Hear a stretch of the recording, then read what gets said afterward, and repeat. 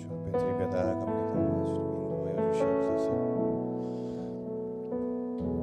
하나님, 오늘도 우리를 예배의 자리로부터 우리 하루를 시작할 수 있도록 인도하여 주시고, 또 주의 말씀에 우리의 마음을 드리며 나아갈 수 있도록 인도하여 주심에 감사드립니다. 하나님, 이 아침 깨어 예배하는 모든 이들의 삶의 자리자리마다 임재하여 주시고, 주의 생명의 말씀의 능력을 경험하는 귀한 시간 될 수 있도록 역사하시고 함께하여 주시옵소서. 예수 그리스도의 이름으로 감사하며 기도합니다. 아멘. 오늘 하나님께서 우리에게 주시는 말씀, 시편 135편 15절에서 21절의 말씀입니다. 시편 135편 15절로 21절의 말씀을 한 절씩 교독하도록 하겠습니다. 제가 먼저 15절 읽도록 하겠습니다. 이방 민족의 우상들은 은과 금이요 사람의 손으로 만든 것이다. 입이 있어도 말을 못하고 눈이 있어도 보지 못하며 귀가 있어도 듣지 못하고 그 입에 숨이 없다. 그것을 만드는 사람들이 그것처럼 되고 그것을 의지하는 사람들도 다 그렇게 되리라. 오 이스라엘의 집아 여호와를 찬양하라. 오 아론의 집아 여호와를 찬양하라. 오 레위의 집아 여호와를 찬양하라. 너희 여호와를 경외하는 사람들아 여호와를 찬양하라. 함께 읽습니다. 예루살렘에 계시는 여호와께 시온에서 찬양을 드립니다. 여호와를 찬양하라. 아멘. 어느덧 1년의 절반의 끝자락입니다. 6월 마지막 날이고 이제 내일부터는 올해 하반기가 시작되는데요. 지난 반년 동안 인도하신 하나님의 은혜가 앞으로 남은 반년 가운데에도 동일하게 임하는 하나님의 은혜와 축복이 있기를 주님의 이름으로 소망하고 기도합니다. 오늘 본문은 어제 본문으로부터 이어지는 본문인데요. 잠깐 어제 본문의 기억을 좀 되살려보면 좋겠습니다. 이 시편 135편은 하나님을 찬양하라는 선포와 명령으로 시작이 됩니다. 그리고 어제 본문의 내용을 보시면 그 하나님을 찬양하는 데 있어서 하나님을 왜 찬양해야 하는가, 그리고 그 하나님의 찬양에 대한 내용들이 일관되게 고백이 되고 있습니다. 그리고 이어지는 본문이 오늘 15절부터 시작되는 본문인데요. 우리 15절의 말씀을 다시 한번 읽어보면 좋겠습니다. 15절의 말씀 함께 다시 한번 읽도록 하겠습니다. 이방 민족의 우상들은 은과 금이요 사람의 손으로 만든 것이다. 적어도 이 시간에 깨어서 말씀을 묵상하는 분이라면 하나님을 찬양해야 하는 이유를 모르지 않을 것이라고 생각이 들고요. 또 하나님을 찬양하는 삶을 사는 것의 그 의미를 결코 모르지 않을 것이다라고 확신합니다. 그럼에도 불구하고 우리에게 늘 도전이 되는 것은 그렇게 알고 있는 것만큼 실제의 삶을 그렇게 살아가는 것이 쉽지 않다라는 것이죠. 이 시편 기자의 고백도 마찬가지인 것 같습니다. 바로 어제 본문까지 14절까지 하나님을 찬양하는 것에 대한 일관된 고백이 있었는데 왜 뜬금없이 15절에 우상에 대해서 이 시편 기자가 언급하고 있을까? 하나님을 찬양하라라는 명령에 중간에 왜 우상에 대해서 이 시편 기자는 이야기하고 있는 것일까? 갑자기 14절에서 15절에 바뀐 이 뉘앙스를 좀 묵상해 보았습니다. 아마도 그만큼 이 유혹과 도전이 결코 삶 가운데 작지 않고 쉽지 않다라는 의미일 거라는 생각이 들었습니다. 우상을 숭배하지 않는 것이 크리스천이라면 누구나 알고 있지만 그럼에도 불구하고 그것은 굉장히 어려운 도전이라는 것이죠. 여러분, 우리의 영혼을 무너뜨리는 가장 이 우상의 본질적인 특징이 무엇인가 하면 바로 하나님만큼 중요해 보인다라는 거예요. 자, 15절에 보시면 이방의 민족의 우상들이 은과 금으로 만들어졌다라고 이야기를 합니다. 자, 은과 금이라고 하는 것은 사람이 이 세상 가운데 사람의 눈으로 마주할 수 있는 모든 물질 중에 가장 가치 있는 물질을 대표하는 단어입니다. 여러분, 누가 보아도 형편이 없고 누가 보아도 별 볼 일 없는 것에 우리는 마음 뺏기지 않습니다. 왜 언제 우리가 마음을 뺏기냐면 내 눈에 보아도 하나님만큼 중요해 보이는 것, 내 마음에 하나님만큼이나 값지게 여겨지는 것이 있기 때문에 유혹이 되고 도전이 되는 것이죠. 이 사도 바울이요, 사탄이 우리에게 다가올 때 자기 자신을 광명한 천사로 가장해서 다가온다라고 이야기를 합니다. 그러니까 우리를 흔드는 이 우상의 가장 중요한 특징은 이것이 선인지 악인지를 분별하기 참 어려운 형태로 우리에게 다가온다라는 것이죠. 여러분, 하나님은 선하신 분이고 우상은 악한 것입니다. 이것을 우리는 너무도 잘 알고 있는데 문제는 우리 눈에 우상이 악한 것처럼 보이지 않는다라는 거예요. 하나님은 선하고 우상은 악한 것이 근본적으로 맞는 이야기인데 여기서 말하는 이 우상이 실제 우리의 삶 가운데서는 전혀 악하게 느껴지지 않을 때가 참 많다라는 거예요. 하나님과 견주어서 보았을 때 우리 눈에 하나님과 마찬가지로, 하나님과 동일하게, 어쩌면 하나님보다 더 선하고 좋은 것으로 우리의 눈에 비추어진다라는 거예요.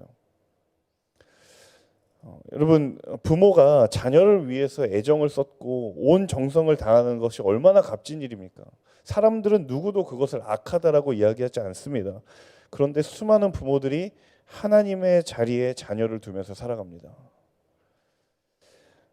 내가 취업을 위해서 열정을 쏟고 직장 생활 가운데에 정말 온 힘을 다하여 살아가는 것이 얼마나 귀한 일입니까? 하나님 보시기에 너무도 선하고 좋은 것입니다. 악한 것이 아니라는 것이죠. 그런데 그것에 하나님의 자리를 대신하며 살아가는 사람들이 있다라는 거예요.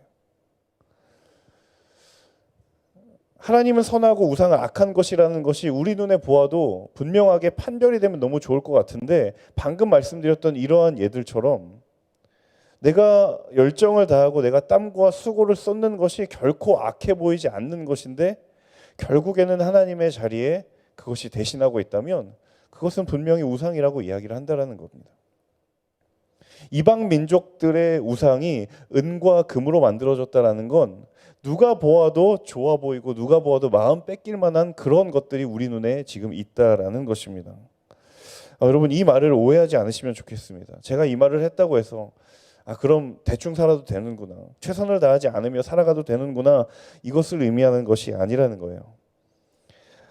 내 삶에 아무리 값진 것도, 아무리 선해 보이고 세상이 인정하고 박수받을 만한 그런 것도 하나님만큼 중요한 것은 이 세상에 없는 줄로 믿습니다. 그 모든 것의 근원은 하나님이시기 때문입니다.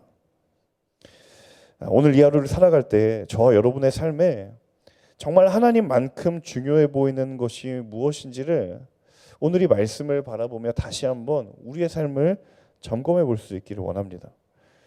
그리고 하나님의 자리를 대신하여 높아져 있는 우리의 삶의 모든 것들을 다시 한번 하나님 앞에 내려놓을 수 있는 이 영적 재배열의 역사가 일어날 수 있기를 주님의 이름으로 축복합니다. 우리 이어서 16절에서 18절의 말씀 이어서 읽도록 하겠습니다. 16절에서 18절입니다. 입이 있어도 말을 못하고 눈이 있어도 보지 못하며 귀가 있어도 듣지 못하고 그 입에 숨이 없다. 그것을 만드는 사람들이 그것처럼 되고 그것을 의지하는 사람들도 다 그렇게 되리라. 시편 기자가 고백하고 있는 또 하나의 우상의 본질이 무엇이냐면 그 우상들은 한계가 있고 제한이 있다라는 거예요. 여러분, 출애굽기부터 신명기에 이르기까지 이스라엘 백성들이 송아지를 만들고 우상 숭배하는 장면을 한번 유심히 보시면요, 그들이 그 상황에서 동원할 수 있는 가장 최고의 재료와 최선의 방법을 동원하고 있다는 것을 알 수 있습니다.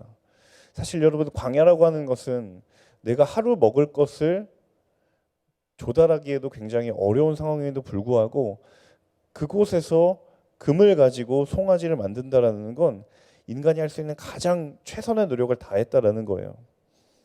자, 그런데 그 해당 본문을 보면요, 아무리 부르고 외쳐도 우상은 대답이 없습니다. 금송아지는 멀쩡히 있습니다. 그런데 오직 움직임이 있는 것은 그 아래서 미친 듯이 뛰면서 우상에 대해서 답을 원하는 이스라엘 백성만이 그 모습이 묘사되어 있죠. 인생의 한계를 만날 때 또 다른 한계를 대안으로 찾으려는 사람이 있고요. 그리고 한계를 만났을 때 어떤 사람은 무엇보다 그것이 한계라는 것을 인정하는 사람이 있습니다.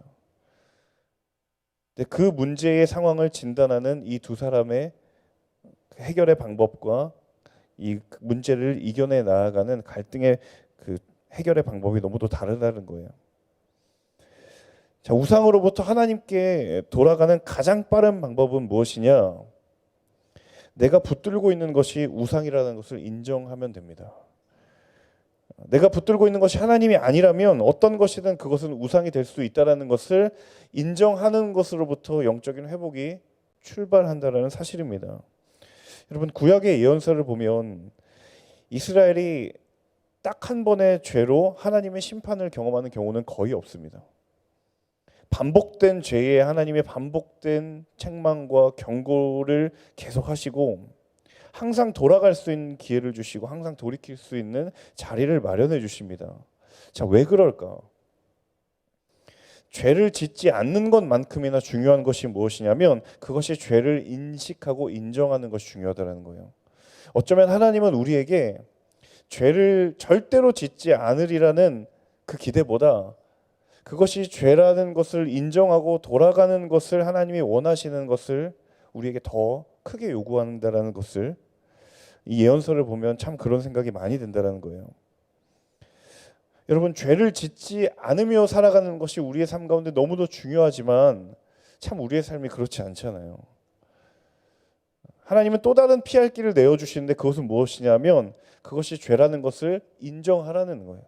그것에 한계가 있다라는 것, 그것에 제한이 있다라는 것, 그것을 붙드는 순간 우리의 삶이 온전해질 수 없다라는 것을 하나님 앞에서 인정하기만 하면 비록 내가 그것을 붙들었던 과거의 경험도 하나님은 회복시키겠다라는 것이 말씀이 주는 약속인 줄로 믿습니다. 사랑하는 여러분, 오늘 이 하루를 살아갈 때 바로 이 하나님께로 돌아가는 회복의 역사가 있기를 주님의 이름으로 축복합니다.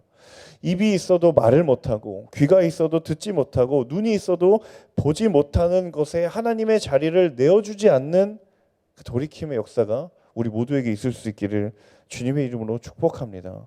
죄를 짓지 않는 것이 가장 중요하고 가장 본질적인 것이지만 때로 우리가 죄 가운데 거한다 하더라도 그것이 죄라는 것을 인정하고 인식하고 하나님께로 돌아간다면 여전히 우리에게는 피할 길이 있고 회복의 길이 있는 줄로 믿습니다. 이 약속의 말씀을 붙드시는 저 여러분 되실 수 있기를 주님의 이름으로 축복합니다.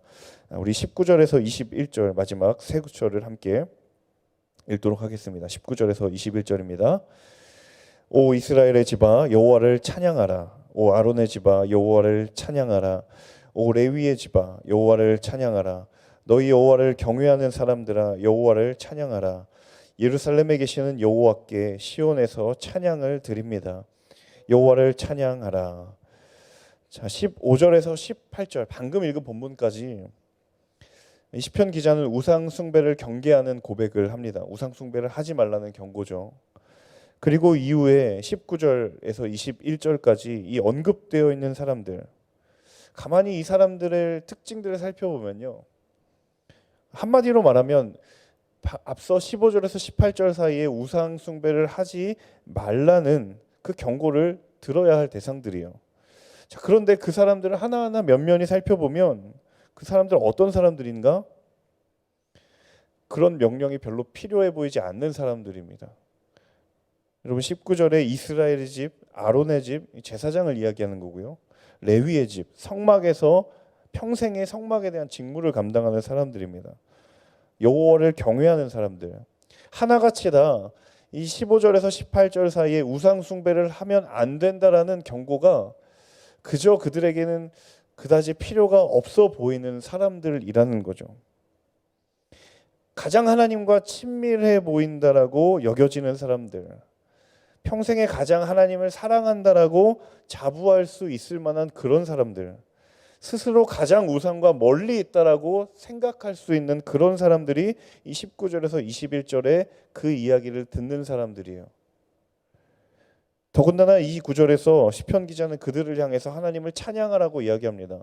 여러분, 레위 사람들이 하나님을 찬양하며 사는 삶을 살아라라고 명령하는 것, 레위 사람들에게는 굉장히 웃을 만한 일이죠. 우리 평생에 하나님을 찬양하는 사람들로 그렇게 자부하고 사는 사람들이거든요. 아론의 집은 어떻습니까? 제사장이 하나님을 찬양하지 않는다? 보통 사람들은 상상할 수 없는 것이죠. 마치 그것과 같습니다. 목사에게 목사님 예수님 잘 믿어야 됩니다. 이 이야기를 하는 것과 동일한 거예요. 웬만한 사람들은 그렇게 생각하지 않아요. 그래도 목사님은 나보다 하나님 더 가깝겠지라고 생각한다라는 거예요.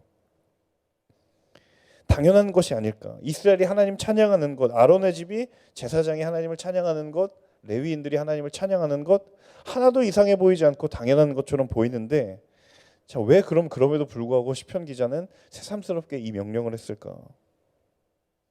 여러분, 가장 가까워 보이는 사람이 실상은 가장 멀 수 있다는 거예요.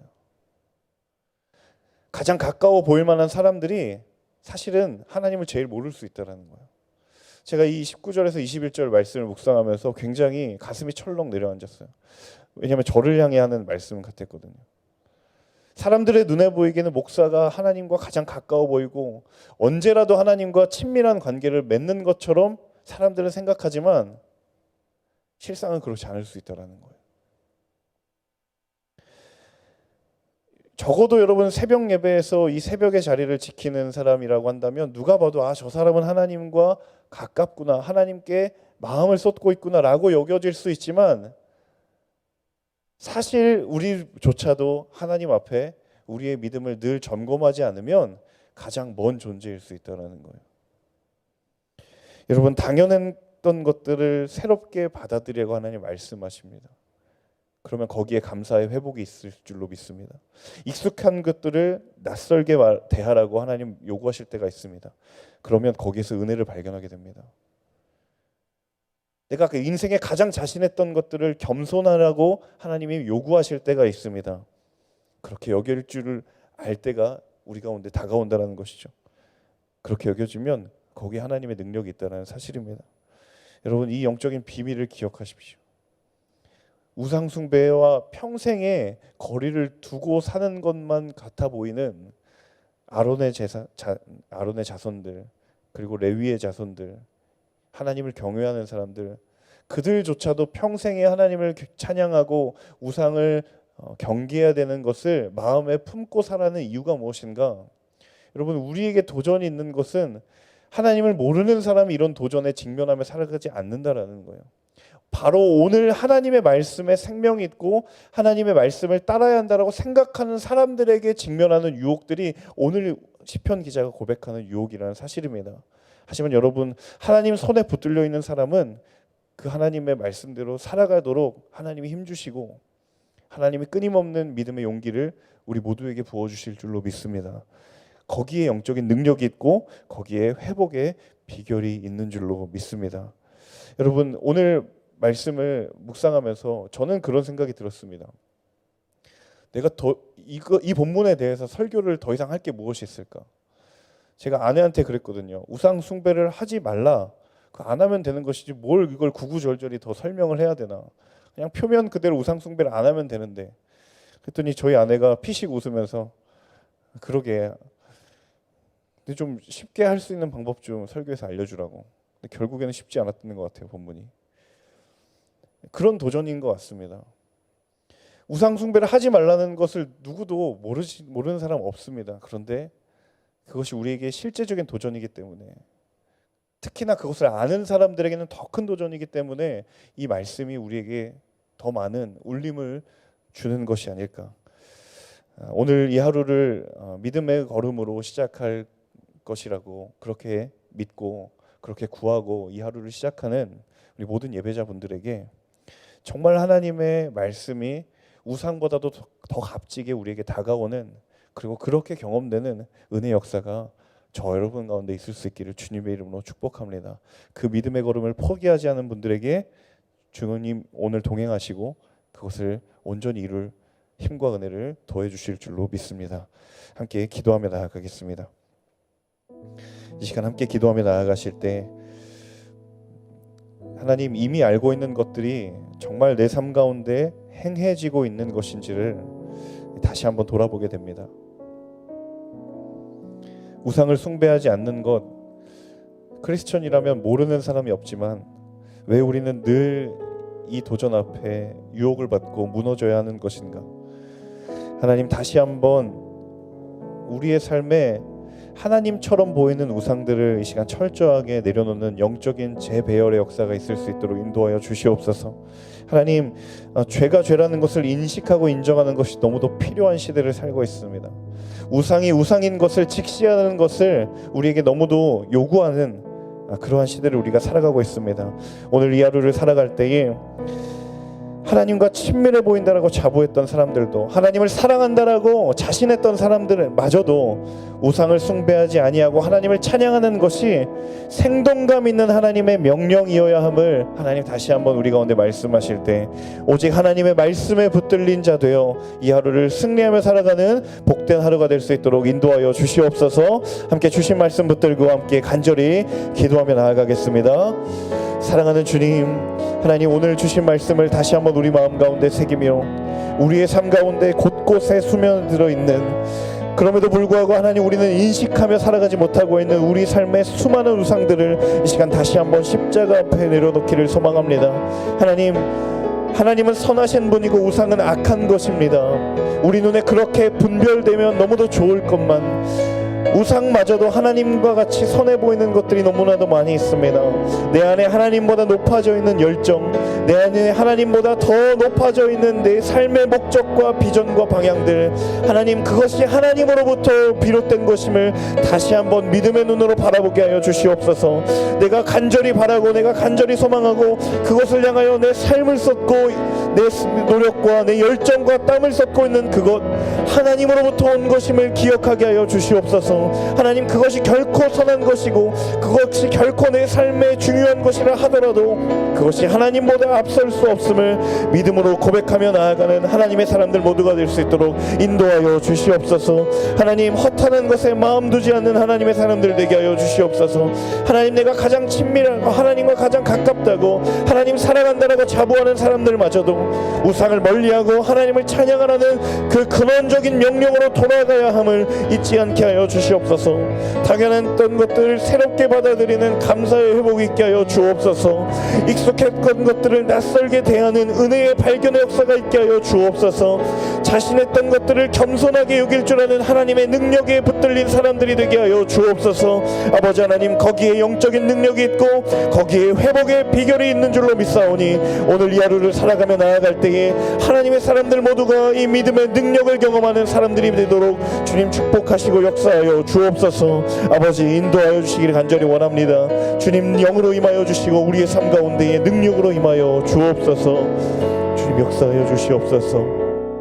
우리 한 가지 함께 더 기도할 것은 시간 함께 이 나라 민족을 위해서 중보하며 기도하겠습니다. 하나님, 질병으로 바이러스로 고통받고 있는 이 나라와 이 민족을 긍휼히 여겨 주옵소서. 이 열방을 긍휼히 여겨 주시옵소서. 하나님, 이 상황 가운데 분명히 하나님의 사인과 하나님의 메시지가 있음에도 불구하고 여전히 하나님이 아닌 인간의 방식과 인간의 방법대로 살아가는 우리의 어리석음을 돌이키고 주 앞에 돌아가는, 그것이 죄라는 것을 인지하고 인정할 수 있는 회복의 역사가 있게 하여 주옵소서. 주님, 어려움 가운데 있는 남과 북의 이 분단의 상황을 기억하여 주시고 하나님, 이 나라가 다시 한번 하나님의 나라로 하나님의 제사장 백성으로 돌아가게 되는 역사가 있게 하여 주옵소서. 우리 나라 민족과 열방을 위하여서 함께 중보하며 기도하도록 하겠습니다. 거룩하신 아버지 하나님, 주님, 이 나라와 이 민족을 긍휼히 여겨 주시옵소서.